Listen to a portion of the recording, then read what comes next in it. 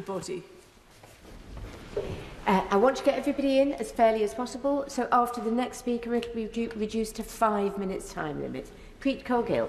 Thank you, Madam Deputy Speaker, and it's a pleasure to speak in this debate on His Majesty's First King's speech. The news last week that the UK economy flatlined in the third quarter this year was hardly a shock. It is the result of 13 years of Conservative choices that have delivered low growth, skyrocketing mortgages, soaring prices, crumbling public services and house building at its lowest rate since the Second World War. Every family and business in Britain has paid the price of the Conservatives' failed energy policy, leaving Britain the worst-hit country in Western Europe.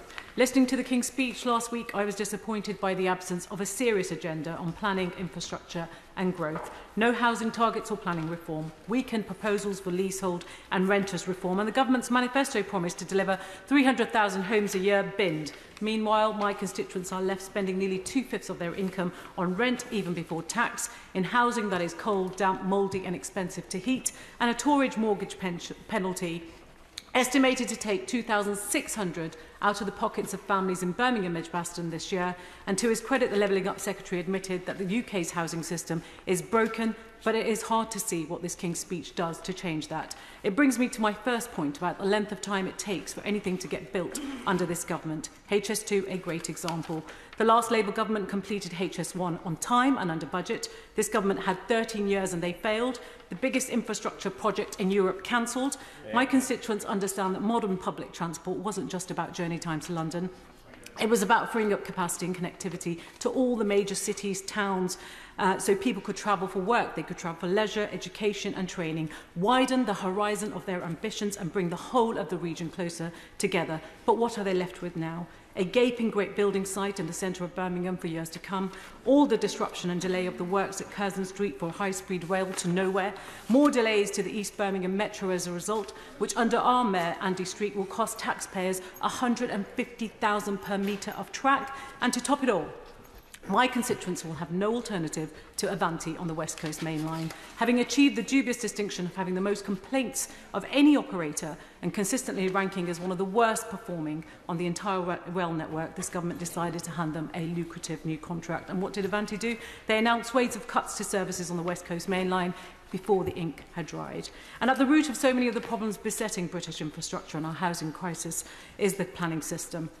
Surely no one in the House would agree that the current regime is fit for purpose. When we have millions locked out of the dream of home ownership, bills soaring, huge national infrastructure challenges like the race for net zero, we cannot go on like this. There are currently £200 billion of clean energy projects stuck in the queue for connections to the national grid. And in this country, we once built the national grid in less time than it now takes to get a connection to it. Labour has set out a plan for Great British Energy, which will procure the grid supply chain that Britain needs and bring down bills. The government's flagship King's Speech energy policy will not take a single penny off energy bills. Even the Energy Secretary admitted that. Madam Deputy Speaker, the UK has some of the least energy efficient homes in Europe, and Birmingham has some of the worst rates of mould and damp in the country. As we face another cold winter with energy bills as high as they've been in living memory, my constituents are seriously worried about the toll on their finances and their health. What was in this King's speech for them? A primary school teacher contacted me about their pupil in year 3, just 7 years old, who told her she couldn't sleep at night because the mould exacerbated her asthma and she could barely breathe. Or my constituent Agnes, a junior doctor living in privately rented accommodation, riddled with mould and damp, who told me she felt helpless as she could not end her contract and her landlord wouldn't help. Birmingham has nearly 22,000 rental homes with Category 1 hazards like excessive cold, mould and damp. And the council is now getting on with taking rogue landlords to task and launched the 3 cities retrofit scheme along with Coventry and Wolverhampton to help shape the local retrofit market using their combined 165,000 social homes. But where is the government supporting them? Where is their version of Labour's warm home plans to upgrade 19 million homes, cut energy bills, create thousands of good jobs for electricians, engineers and construction workers across our country? Madam Deputy Speaker, my constituents cannot afford a government that will not grasp the difficult issues or take the long-term decisions the country needs, whether it's house building, national infrastructure or the cost of living. This King's speech does nothing to measure up to the scale of the challenge the economy or my constituents face. Labour will, however, build 1.5 million homes over 5 years with a planning reform blitz, planning passports for urban brownfield developments, a devolution package to spread power out of Westminster and into communities on housing, transport and energy and more.